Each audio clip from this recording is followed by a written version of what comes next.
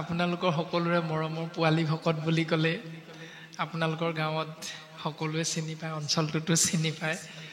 গতিকে অতুল বৰা বাব, আমি তেৰাৰ চৰণ কমলৰ যোগেদি পুনশ্চ আপোনাৰ সবাৰো শ্ৰীচৰণত ভক্তি সেৱাভাগী নিবেদন কৰা হৈছে।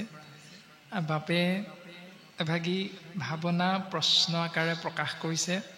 নামঘোষা শাস্ত্ৰৰ এজোকা ঘোষা, অন্ন যোনি কিছু নকৰে বিচাৰ, জাতি কুল ভৈল ভ্ৰষ্ট, বৈষ্ণৱৰ বেশ ধৰিয়া ফুৰয়, বেদ পন্থ কৰি নষ্ট। প্ৰথম কথা হ'ল বেদ। বেদ মানে কি? যদি আমি চিন্তা কৰোঁ একেবাৰে সহজ অৰ্থত, বেদ মানে হ'ল জ্ঞান। দ্বিতীয় অৰ্থ, বেদ মানে হ'ল এভাগ গ্ৰন্থ। 3 নম্বৰতে বেদ মানে হ'ল জীৱতত্ত্ব। 4টা ভাগত বিভক্ত। যেনেধৰণে আমাক প্ৰকাশ কৰিলে গ্ৰন্থ হিচাপে ঋগ্বেদ, যজুৰ্বেদ, অথৰ্ববেদ, সামবেদ। এই 4 গ্ৰন্থক 4 মুঠি জীৱ হিচাপে প্ৰকাশ কৰিছে চেদজ, অণ্ডজ, উদ্ভিদজ আৰু জৰায়ুজ। এই জীৱতত্ত্বই হ'ল বেদ তত্ত্ব। গতিকে আমি প্ৰত্যেকজনেই একো একো জীৱতত্ত্ব বেদ, আৰু সেই বেদ তত্ত্ব বেদ পন্থ কৰি নষ্ট। জ্ঞান আৰু বিবেকে আমাক যি কয়, প্ৰথম যদি বেদ মানে জ্ঞান বুলি আমি আশ্ৰয় কৰোঁ, জ্ঞানে আমাক কি কয়? জ্ঞানে প্ৰকাশ কৰিছে সমানত মৈত্ৰী, উত্তমত সৎকাৰ, দৰিদ্ৰতা দায়া কৰি বেক বাৰম্বাৰ। জ্ঞানে আমাক এইটো কয় যে তোমাৰ বয়সৰ সমানজনৰ প্ৰতি বন্ধুত্ব সুলভ আচৰণ কৰিবা। দ্বিতীয়তে সিদ্ধান্ত দিলে উত্তমজনৰ প্ৰতি তুমি মান্যতা প্ৰদান কৰিবা। ধৰি লওক দেউতাৰ বয়সৰ ব্যক্তি গাঁওখনত আছে, সেই দেউতাৰ বয়সৰ ব্যক্তিজনক দেউতা সম্বোধন কৰি মান্যতা প্ৰদান কৰিবা। সেইটো আমাক জ্ঞানে কয়, জ্ঞানৰূপী বেদে কয়। গতিকে বেদ পন্থ কৰি নষ্ট মানে এই দৰ্শনটোৰ পৰা আমি যিমানে যিমানে আঁতৰি থাকিম, সেইজনকে বেদৰ পথটো নষ্ট কৰাৰ দৰ্শনটো দিছে। 2 নম্বৰ সিদ্ধান্তটো গ্ৰন্থ হিচাপে যদি চিন্তা কৰোঁ, তেতিয়াহ'লে ভগৱন্ত ইশতত্ত্ব কৃষ্ণদেৱে মহাভক্ত উদ্ধৱে জানিব বিচাৰিছিল, ঋষিমুনিসকলে বেদ অধ্যয়ন কৰি বেদে কোৱা নিয়ম কিয় এটা নিদিলে জীৱৰ মংগলৰ অৰ্থে? তেতিয়া ভগৱন্ত পুৰুষে কৈছিল যে গুণৰ ইচ্ছাই বুজে যাৰ জনমতি। সত ৰজ তম 3 গুণ অনুসাৰে গ্ৰন্থৰূপী বেদে জীৱৰূপী বেদৰ মতবিলাক বিভিন্ন ধৰণে প্ৰকাশ কৰে, কাৰণ তাত গুণ যুক্ত হৈ আছে। কিন্তু মই ইশতত্ত্ব পৰমাত্মাই তোমালোক সন্তানস্বৰূপ জীৱতত্ত্ব বেদক মই কওঁ শুনা, যে মূৰ বিনে মই বিনে বেদে কিছু আন নবখানে। অৰ্থাৎ সন্তানস্বৰূপ জীৱতত্ত্বৰ তৰণৰ একমাত্ৰ উপায় হ'লো কেৱল মই বিনে বেদে কিছু আন নবখানে। অৰ্থাৎ জীৱৰূপে তোমালোকে বেদ হিচাপে মোৰ বাহিৰে যদি বেলেগৰ কথা চিন্তা কৰা, তেতিয়াহ'লে এই সংসাৰৰ পৰা তৰি যাব নোৱাৰিবা।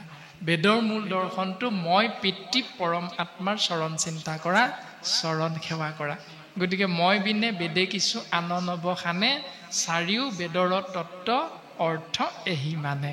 অৰ্থাৎ চেদজ, অণ্ডজ, উদ্ভিদজ, জৰায়ুজৰূপী 4 জীৱৰূপী বেদ তত্ত্ব কেৱল মই। সমস্ত ভূততে ব্যাপী আছো মই, হৰি কেৱল মই, বেলেগ কোনো নহয়। এতিয়া তাৰ পৰা আমি চিন্তা কৰিলে অন্ন যোনি কিছু নকৰে বিচাৰ, বাপে কৈছে অন্ন যোনি কিছু নকৰে বিচাৰ। এতিয়া অন্ন মানে আহাৰ, স্বাভাৱিক অৰ্থ আহাৰ। 24টা তত্ত্বৰে গঠিত শৰীৰটোত অৱস্থান কৰি থকা আত্মাৰূপী জীৱতত্ত্ব, বেদ তত্ত্ব, এই সংসাৰত সুন্দৰভাৱে বৰ্তি থাকিবলৈ শৰীৰটো প্ৰথম অৰ্থাৎ আটাইতকৈ ডাঙৰ নাম কথা, কিন্তু তাতোতকৈ ডাঙৰ বোলে চাউল কথা। গতিকে শক্তি আহৰণৰ বাবে নাম কথাক আশ্ৰয় কৰিবলৈ চাউল কথাক আমি প্ৰথম আশ্ৰয় কৰিব লাগিব, গুৰুত্ব দিব লাগিব। এতিয়া সেই চাউল কথা বা আহাৰ বিচাৰ কৰিব লাগিব। এতিয়া বাপে সুধিছে যে চাউল কথা বা আহাৰ মুঠি বিচাৰ কৰিবলৈ যাওঁতে শৰণীয়াৰ খাতেৰে গ্ৰহণ কৰিম, কিন্তু অশৰণীয়াৰ খাতেৰে আমি গ্ৰহণ নকৰিম। হয়, ভাগৱতে আমাক এই দৰ্শনটো দিছে। দশম স্কন্ধতে আপোনাভাৱে পাব চাণ্ডালিনী আৰু ইন্দ্ৰৰ লগত হোৱা কথোপকথন, আৰু কোনো কোনো স্থানত নাৰদৰ লগত হোৱা কথোপকথনো আছে। যিয়ে নহওক বাৰু, মূল দৰ্শনটো দিছে যে চাণ্ডালিনীয়ে নিজৰ আহাৰ প্ৰস্তুত কৰি আছিল, ৰন্ধন কৰি আছিল গো মাংস মদেৰে মানে হুৰাৰে মানুহৰ লাওখোলা নামৰ এটা পাত্ৰত। আৰু তেনেতে দেৱৰাজ ইন্দ্ৰই আহি চাণ্ডালিনীক সুধিছে যে তই কি ব্যৱস্থা পালন কৰি আছ আৰু তই কোন? জানিব বিচাৰিলে। চাণ্ডালিনীয়ে উত্তৰটো দিলে, মই চাণ্ডালিনী। ইন্দ্ৰই কৈছে, চি অপবিত্ৰ। তাৰপিছত প্ৰকাশ হৈছে, তই যে এইবোৰ ৰান্ধি আছ, কি ৰান্ধি আছ? বোলে মোৰ আহাৰ। তইনো কি খাৱ? বোলে গো মাংস। চি অপবিত্ৰ। 2 নম্বৰ। 3 নম্বৰতে কিহত ৰান্ধিছ? মানুহৰ লাও খোলাত। আকৌ অপবিত্ৰ। 3 নম্বৰ। 4 নম্বৰ কিহেৰে? বোলে হুৰাৰে। আকৌ অপবিত্ৰ। কিন্তু মই জানিব বিচাৰিলো, মোক দেখি যে তই ঢাকোনখন দি দিলি ওপৰত, কিয়? তেতিয়া চাণ্ডালিনীয়ে প্ৰকাশ কৰিছে মনৰ ভাৱনা যে মাৰিলেও মাৰিব, কাটিলেও কাটিব। আপুনি যিহেতু অশৰণীয়া, সেইকাৰণে আপোনাৰ ভৰিৰ মানে চৰণৰ ধূলি মোৰ পবিত্ৰ আহাৰত পৰি অপবিত্ৰ হৈ যাব ভাবি মই ঢাকোন দি দিলোঁ। এতিয়া প্ৰকৃততে অপবিত্ৰ কোন? অশৰণীয়াজন নে গৰু মাংস নে মানুহৰ লাওখোলা নে হুৰা? কোনটো? নে চাণ্ডালিনী? সিদ্ধান্ত দিলে তুলনামূলকভাৱে যে অপবিত্ৰ হ'ল অশৰণীয়াজন। গতিকে অশৰণীয়াজনৰ হাতেৰে ৰন্ধন প্ৰকৰণ যদি কৰা হয়, তাৰ পাছত যদি গ্ৰহণ কৰা যায়, তেতিয়াহ'লে আহাৰ বিচাৰ কৰাৰ দৰ্শনটো তাত আছে। কিন্তু এইটো হ'ল বাহ্যিক। এইটো হ'ল বাহ্যিক, অৰ্থাৎ সংসাৰৰ এটা নিয়মহে এইটো। এতিয়া হৰণ শব্দৰ অৰ্থটো কি আমি জানিবলৈ চেষ্টা কৰিব লাগিব। প্ৰথম তলব্য হ মানে হৰিৰ, ৰ মানে মন বা বেগ, মূৰ্ধন্য ন মানে হ'ল চৈতন্য। চৈতন্য কৃষ্ণ তত্ত্বৰ ভাৱনাৰে মন আৰু শৰীৰক অবিশ্ৰামভাৱে ধাৱমান কৰি থকা ব্যৱস্থাটোৰ নামে হ'ল শৰণ। আৰু তাৰ বাবে গুৰুজনে আমাক এজন গুৰু দৰ্শন দিলে যে বিনা গুৰু চৰণে ভকতি ৰকতি মুকুতি কবহু নহয়। সংসাৰ ধৰ্ম পালনত এজন গুৰুৰ প্ৰয়োজন, আৰু সেই গুৰুজনাৰ আশ্ৰয়েৰে ইক্ষতত্বৰ চৰণ কমল চিন্তা কৰাৰ ব্যৱস্থাটোক শৰণ হিচাপে আমাক শাস্ত্ৰসন্মতে দৰ্শন কৰাইছে। তাৰ দ্বাৰা আমি কথাখিনি চিন্তা কৰিবলৈ চেষ্টা কৰিব লাগে। এইটো হ'ল আহাৰ বিচাৰৰ প্ৰথম পদক্ষেপ। 2 নম্বৰ পদক্ষেপটো হ'ল ছেদজ, অণ্ডজ, উদ্ভিদজ আৰু জৰায়ুজৰূপী জীৱৰ ভিতৰত 2টা দৰ্শন আছে। এটা হ'ল বাণী আৰু এটা হ'ল ধ্বনি। মানুহ নামৰ জীৱবিধে বাণী প্ৰকাশ কৰিব পাৰে, অৰ্থাৎ কথা ক'ব পাৰে। ইতৰ প্ৰাণীখিনিৰ ভিতৰত প্ৰায়সকলে ধ্বনিহে প্ৰকাশ কৰিব পাৰে। বাণী আৰু ধ্বনি প্ৰকাশ কৰিব নোৱাৰা যিটো প্ৰাণী, সেই প্ৰাণীটোকেই বাণী আৰু ধ্বনি প্ৰকাশ কৰা জীৱবিধৰ আহাৰ হিচাপে শাস্ত্ৰই আমাক দৰ্শন কৰাইছে।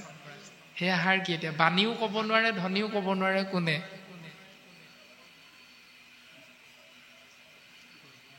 গছ বন তৰুলতা, যাক আমি সেউজীয়া শাক পাচলি বা উদ্ভিদ বুলি কওঁ। সিহঁতি বাণীও ক'ব নোৱাৰে, ধ্বনিও প্ৰকাশ কৰিব নোৱাৰে। কিন্তু বাকী এই সংসাৰত থকা সকলো, মাছটোৱেও ধ্বনি প্ৰকাশ কৰিব পাৰে। গৰু, ছাগলী, হাঁহ, পাৰ, কুকুৰা, বাঘ, সিংহ, শিয়াল, কুকুৰ, মেকুৰী, পৰুৱাৰ পৰা ধৰি বিৰাটকৈ হাতীটোলৈকে বাণীৰ বিপৰীতে ধ্বনি প্ৰকাশ কৰিব পাৰে। সেইকাৰণে ইটোৱে সিটোক আহাৰ হিচাপে গ্ৰহণ কৰাটো শাস্ত্ৰসন্মতে অপৰাধ। এতিয়া অন্ন বিচাৰটো আছে তাত। প্ৰথম তুমি বিচাৰ কৰিলা আমুকে, আমুক বৰা, আমুক গগৈ শৰণ লোৱা নাই, গতিকে মই তেওঁৰ হাতে নাখাওঁ। তুমি শৰণ ললা নাই? বোলে ললো। ক'ত শৰণ ললা? নাম ধৰ্ম সমাজত। মিছা কথা। তুমি শৰণ ললা নে? বোলে ললো। ক'ত ললা? ভাগৱতী সমাজত। মিছা কথা। তুমি শৰণ ললা নে? বোলে ললো। ক'ত? শ্ৰীমন্ত শংকৰদেৱ সংঘত। মিছা কথা। গুৰুজনাই কৈছে হৰিত শৰণ লয়া যিটো জনে শৰীৰ চৰিত্ৰ শ্ৰৱণ কীৰ্তন কৰে। শৰণ ল'বলৈ কৈছে হৰিত। গতিকে আমাৰ শৰণৰ শুদ্ধতাটো প্ৰকাশ ভংগীতে আশ্ৰয় হৈ যায় যে শৰণ ললানে? বোলে বাপ লোৱা হ'ল। ক'ত? এক দেৱ এক সেউ একত বিনে নাইকেও কৃষ্ণ তত্ত্বত।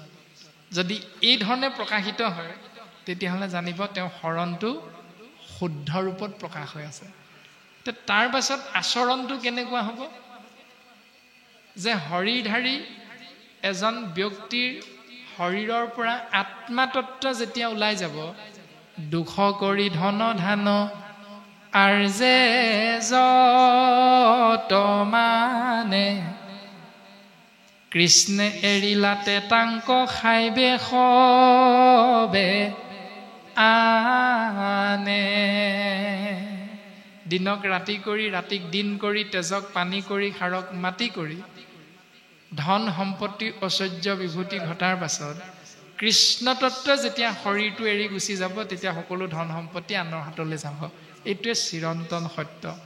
আৰু সেই শৰীৰটো যিমান মৰমৰ হ'লেও ঘৰ চোৱা হ'ব বুলি কিন্তু বাহিৰলৈ তৎক্ষণাত উলিয়াই নিয়ে। যদি এইটো সত্য হয়, ঘৰ চোৱা হ'ব বুলি আত্মীয় স্বজনৰ শৰীৰটো যেতিয়া চোতাললৈ উলিয়াই নিয়ে, এতিয়া সেই সম্পত্তিটো প্ৰকৃততে সেইজনেহে ঘটিছিল, অথচ তেওঁ নিৰ্মাণ কৰা সেই ঘৰখন চোৱা হ'ব বুলি ইষ্ট মিত্ৰ কুটুম্ব পুত্ৰ পৰিবাৰে তৎক্ষণাত চোতাললৈ উলিয়াই দিয়ে। আৰু ৩-৪ ঘণ্টামানৰ মূৰত দাহন কাৰ্য সমাপ্ত কৰি পুনৰ আনন্দত মতলীয়া হৈ যায়।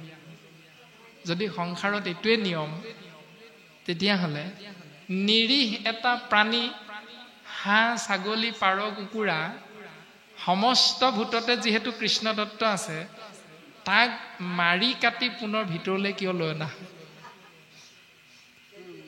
তাকতো বাহিৰত মৰা হয়, ভিতৰলৈ লৈ অনা হয়, তেতিয়া ঘৰখন চোৱা নহয় নেকি? সেইটো চিন্তা কৰিব লাগে। সেইকাৰণে অন্ন বিচাৰ কৰা দৰ্শনটো একপক্ষীয় নহয়। তুমি শৰণ ললা ক'ত? কৃষ্ণত। ৰাতি কি খালা? পাৰ মাংস। আৰু ৰাতিপুৱা কি কৰিলা? বাহিৰ গাটো ধুই গোসাঁই ঘৰত সোমাই তুমি গুৰু সেৱা কৰিলা। এতিয়া বিষয়টো শুদ্ধ হ'ল নে নহ'ল? গতিকে অন্ন বিচাৰটো আছে সেই দৰ্শনটোত।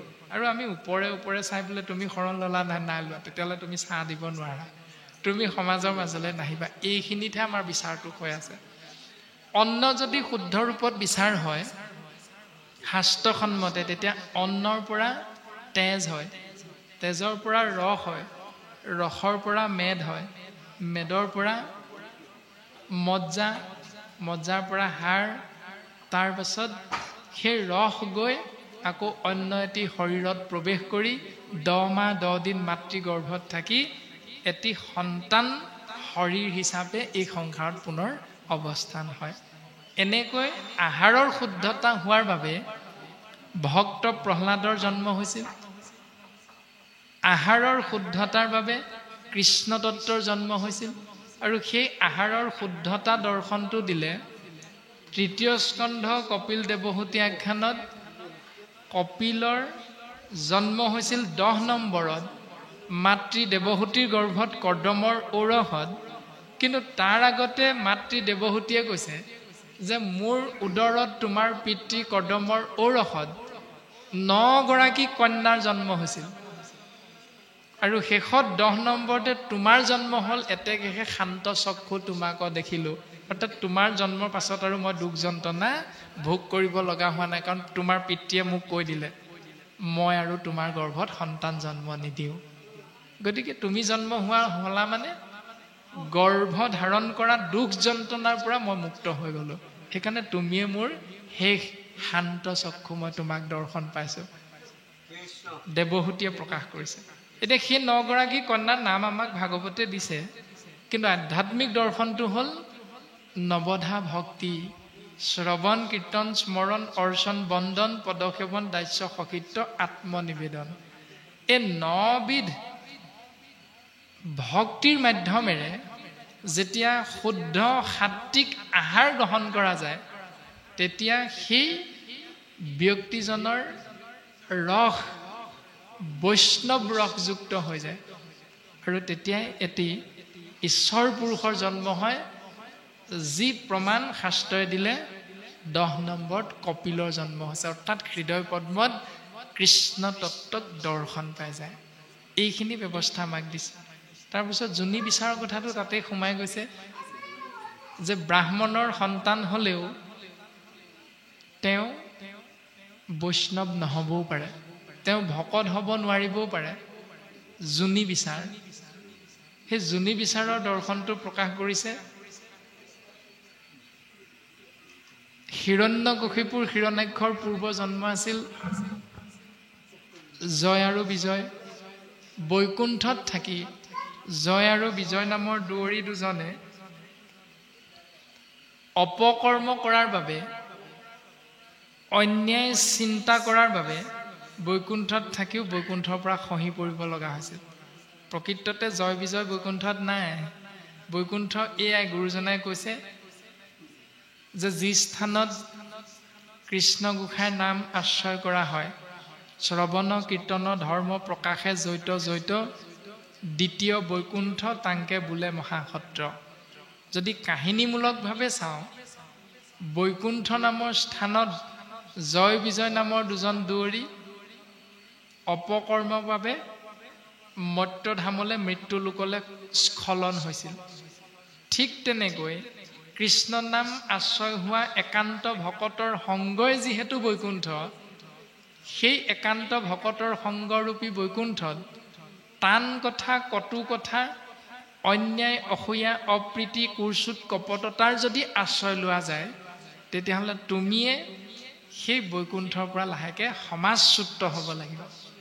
এই দৰ্শনটো ভাগৱতে আমাক দিছে। তাৰমানে জয় তুমিয়ে, বিজয়ো তুমিয়ে। এই দৰ্শনটোহে ভাগৱতে আমাক দিছে। জয় বিজয় হিচাপে বৈকুণ্ঠৰ পৰা খহি পৰি তেওঁলোক ক'ত জন্ম গ্ৰহণ কৰিছিল? অসুৰ যোনিত জন্ম গ্ৰহণ কৰিছিল। সেইকাৰণে যোনিৰ বিচাৰটো আহিছে এতিয়া। অসুৰ যোনিত জন্ম হৈছিল মানে ঔৰসজাত কাৰ? কাশ্যপ ঋষিৰ ঔৰসত জন্ম গ্ৰহণ কৰিছিল। এতিয়া কাশ্যপ হ'ল ব্ৰাহ্মণ।